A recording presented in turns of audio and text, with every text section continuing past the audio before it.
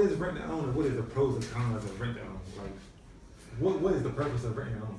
Rent to own is more or less for the protection of the seller.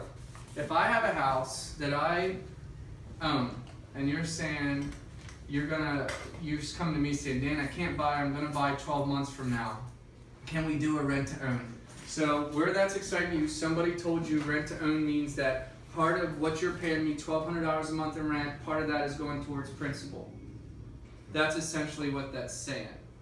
But if you're gonna do a rent to own, again, make sure you get in writing.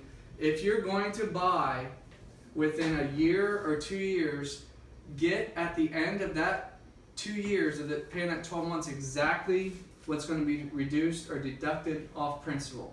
Don't go in good faith of saying, because again, I can change it. If it's not in writing, I can change it. I can allocate what I want towards principal, which means, so if it's $200,000 and $1,000, let's use round numbers, $1,000 is supposed to go towards reduction. That means in a year from now, when you go to buy it, then it should be $188,000, right? But what if you're late? Let's talk about that. Let's talk about if you're late, just like on a credit card or anything else, you've defaulted. So now I'm saying, you know what? $300 is going towards principal. So if you're going to do a rent to own, remember that a rent to own primarily, and you can't blame them, but it protects me. The other thing that I know is if you think that you own that house and you're going to one day purchase it, you're going to take better care of it. True. And you're going to put down a deposit. And you're going to put down a deposit, which I'm going to promise you to give back to you. But we'll have also many stipulations to where, not impossible, but just don't mess up. Here's the thing, that's another test. Let's look at it as a test again. I'm saying here, I'm giving you this test. You have a 12-month test. At the end of it, I'll sell you the house. If you do what you're supposed to do, I'll do what I'm supposed to do. But I'm betting that you're not.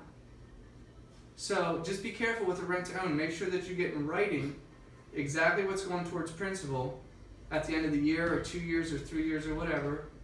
You know what I'm saying? And also, if there's a default, meaning if the payment's due on the 1st and you pay on the 7th, is that late? If they're going to reduce it a little bit, have Shannon look over the contract, make sure it's legit, still involve an agent. So have her go through and look at it and make sure it's legit. Because the bigger thing, too, that I've always thought about, and I didn't think about it this way until after I got in housing, if you have a rent to own, right, and I'm just, play with me. You know what I mean? Let's say that it is a $200,000 house today.